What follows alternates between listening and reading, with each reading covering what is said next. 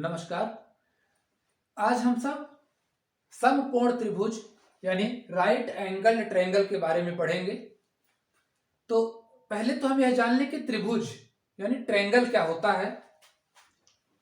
Triangle वह geometrical figure है जो तीन भुजाओं से यानी तीन साइड्स से घिरी होती हैं। जैसे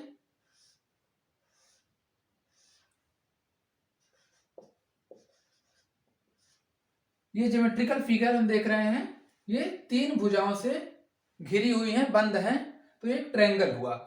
एक ट्रायंगल में क्या क्या चीजें होती हैं ये हम पढ़ेंगे। तीन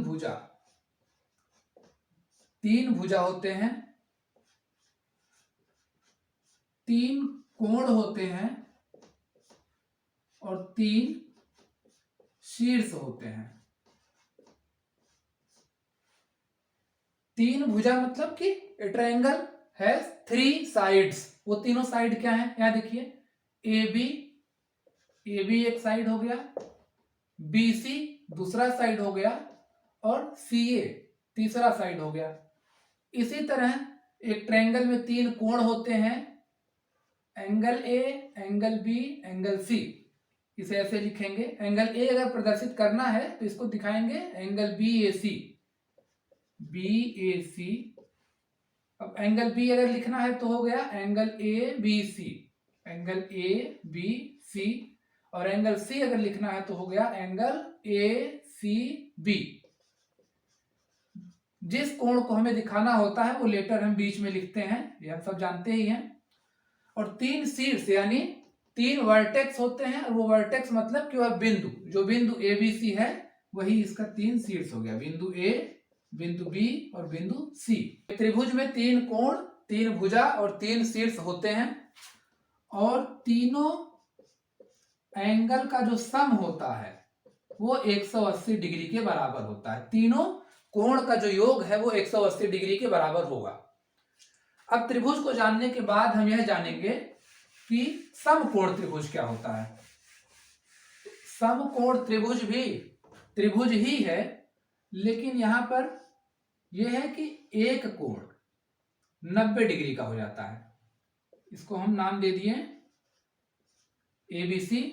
तो एक कोण जो है 90 डिग्री का हो जाता है तो राइट एंगल ट्रायंगल कहा जाता है, और उसका चिन्ह जो होता है ऐसे होता है, राइट एंगल ट्रायंगल एबीसी। ये हो गया क्योंकि इसमें एंगल भी 90 डिग्री है। जो कोण 90 डिग्री होता है ठीक उसके सामने वाली जो भुजा होती है उसे कर्ण कहा जाता है, और अंग्रेजी में इसे हाइपोटेन्यूज कहा जाता है। राइट एंगल ट्रायंगल का सबसे बड़ा भुजा कर्ण ही होता है।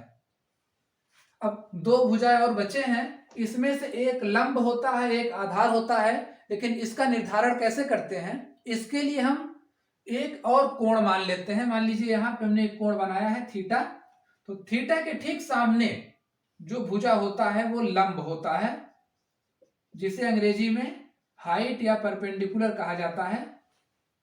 और जो तीसरी भुजा बची उसे आधार कहा जाता है, यानी बेस। ठीक है। प्रत्येक समकोण त्रिभुज में पाइथागोरस थ्योरम एप्लीकेबल होता है, और पाइथागोरस थ्योरम यह कहता है कि जो कर्ण का वर्ग है, स्क्वायर ऑफ हाइपोटेन्यूज, ये बराबर होता है किसके, लंब का वर्ग लिख लिए और आधार का वर्ग लिख लिए, इन्हीं दोनों के योग के बराबर होता है। मतलब लंब के वर्ग और आधार के वर्ग के योग के बराबर होता है क्या, कर्ण का वर्ग। इसको ऐसे कहेंगे कि square of hypotenuse is equal to sum of square of other two sides. यानी हाइट का स्क्वायर और बेस का स्क्वायर लिख के ऐड कर लें तो वो हाइपोटेन्यूज के स्क्वायर के बराबर होगा। इसे एक प्रश्न के माध्यम से आइए समझा जाए। जैसे ये राइट एंगल ट्रायंगल है, पॉइंट बी पे राइट एंगल है ये, तो मान लीजिए ए बी 12 सेंटीमीटर का है और बी सी 5 सेंटीमीटर का है, तो ए सी का मान निकालना है। तो AC क्या है यहाँ पे, कर्ड है, तो AC का स्क्वायर जो होगा वो बराबर होगा AB स्क्वायर और प्लस BC स्क्वायर के। तो AB स्क्वायर का मान दिया हुआ है प्रश्न में 12 सेंटीमीटर स्क्वायर और BC का दिया है 5, तो हो गया 5 सेंटीमीटर स्क्वायर। तो 12 का स्क्वायर होता है 144 और 5 का स्क्वायर होता है 25। 144 और 25 हम जानते हैं 169 सेंटीमीटर होता है, 169 सेंटीमीटर। तो अब चूंकि AC स्क्वायर 169 है तो AC का मान क्या होगा, अंडर रूट 169, और अंडर रूट 169 का वैल्यू होता है 13 यानी 13 सेंटीमीटर। तो AC का मान पता चल गया 13 सेंटीमीटर। धन्यवाद।